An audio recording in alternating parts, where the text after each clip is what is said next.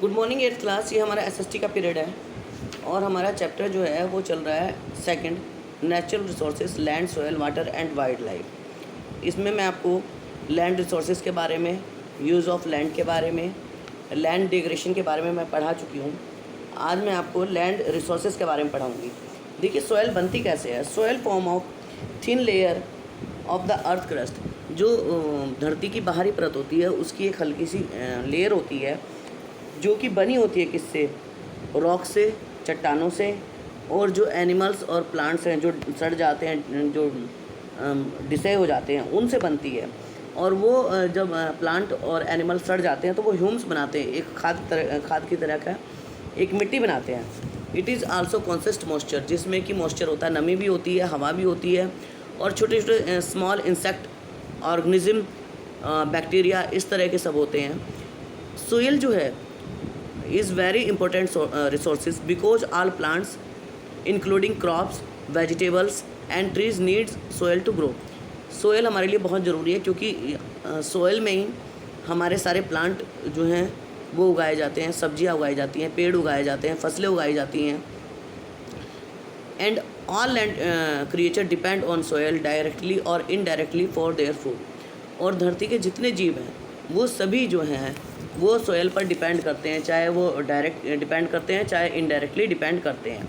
अब हम देखेंगे layer of soil, soil profile देखेंगे। देखिए सोयल को हमने हॉरिजन सेंटर में बांटा हुआ है, horizon A, B, C and D। Number 1 जो टॉप सोयल होती है वो हॉरिजन A होती है, जिसमें कि Hume's and fine rocks particles, जिसमें कि खाद वगैरह जो ह्यूम्स होते हैं, जो डिसाइड प्लांट्स एनिमल्स होते हैं उनको हम ह्यूम्स बोलते हैं।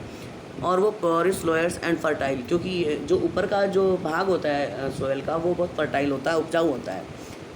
Next section is B horizon, जिसको सब सोयल बोलते हैं। इसमें क्या होता है, इसमें मिट्टी होती है, गाद होती है और कीचड़ होती है। और इसमें जो रेन वाटर जो कलेक्ट होता है, जो बारिश का पानी होता है, जो धरती पानी पीती है, वो यहाँ पर इकट्ठा होता है। Third part is C horizon, जिसको पेरेंट रॉक बोलते हैं। इसमें क्या होता है, small pieces of weather rock, जो रॉक होती है, चट्टानें होती हैं, उनके छोटे छोटे टुकड़े होते हैं इसमें।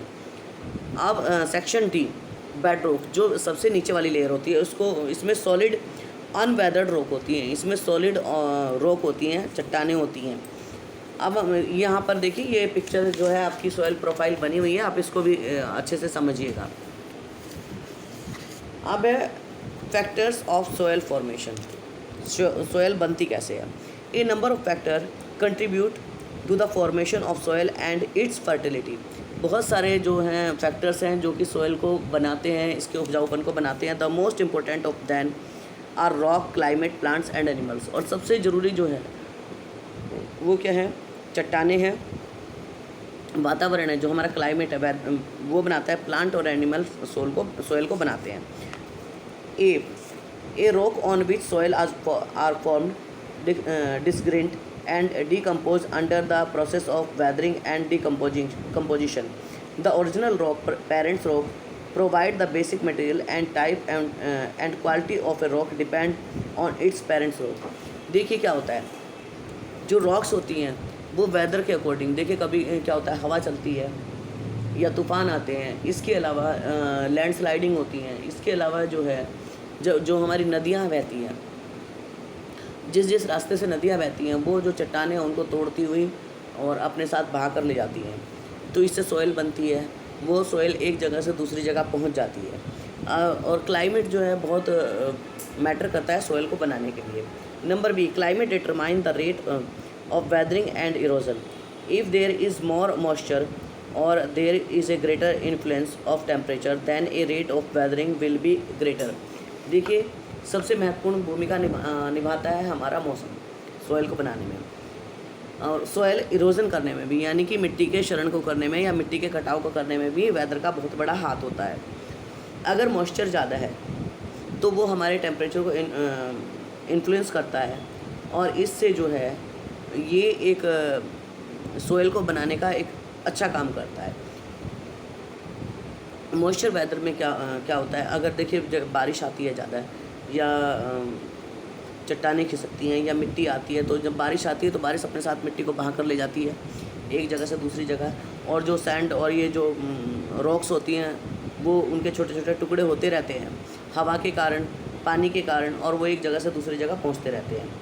अब है द रिमेन सी पार्ट है the remain of dead plants and animals provide organic matter which decompose. इसके अलावा जो प्लांट और एनिमल्स सड़ जाते हैं, वो मिट्टी में दब जाते हैं, तो उससे क्या होता है, वो उनको हम ह्यूम्स बोलते हैं। जो that decide plants and animals are called humus, they are good fertilize. तो जो जानवर और पौधे सड़ जाते हैं, वो मिट्टी की लेयर में दब जाते हैं, उनको ह्यूम्स बोलते हैं, और वो it get mix up with soil and form A essential part of it, और वो मिट्टी में मिल जाते हैं और एक मिट्टी का एक अच्छा पार्ट बन जाते हैं। नेक्स्ट है the slope of land and decided of accumulation of soils.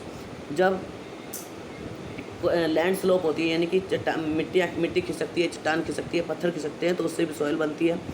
Time is very big factory of the formation of soil. जो समय है वो एक मिट्टी को बनाने का एक बहुत बड़ी फैक्ट्री है। It takes several years to form soil and time add majority of soil. ये बहुत सारा समय लेता है, धीरे धीरे ये मिट्टी को बनाता रहता है। The soil layer will be deeper and thicker if longer time is taken for their formation. अगर बहुत समय से जो मिट्टी बनती रहती है तो वो थिक हो जाती है, मोटी हो जाती है और गहरी हो जाती है, अंदर तक मिट्टी चली जाती है।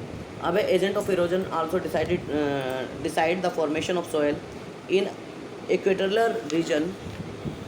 There is less light as there is a thick cloud cover in these regions. Weathering take a long period. देखिए, एजेंट ऑफ इरोजन, इरोजन होता है कटाव, जो मिट्टी का कटाव होता है, ये भी सॉइल फॉर्मेशन को एक कारण बनता है। जब मिट्टी का कटाव होता है तो वो मिट्टी एक जगह से दूसरी जगह पर पहुंच जाती है। इन इक्वेटोरियल रीजन में क्या होता है, यहाँ पर जो है there is less light as there a thick cloud cover in this region. इसमें क्या होता है, यहाँ पर लाइट जो इक्वेटर रीजन होते हैं, यहाँ पर सूरज की रोशनी तो कम पहुँचती नहीं है, बहुत कम पहुँचती है, तो यहाँ पर जो है लाइट कम होती है और ये हमेशा बादलों से घिरा रहता है। Weathering take a long period, इसलिए यहाँ पर जो वेदर है वो एक लंबा पीरियड लेता है इसके सॉइल को के प्रोसेसन के लिए। आज हम आपको इतना ही पढ़ाएंगे। नेक्स्ट हमारी जो वीडियो होगी सॉइल इरोजन के बारे में होगी। अभी हमने मिट्टी का बनना देखा, उसके बाद हम मिट्टी का कटाव और सॉइल कंजर्वेशन, मिट्टी का बचाव हम कैसे कर सकते हैं, अगली वीडियो में हम ये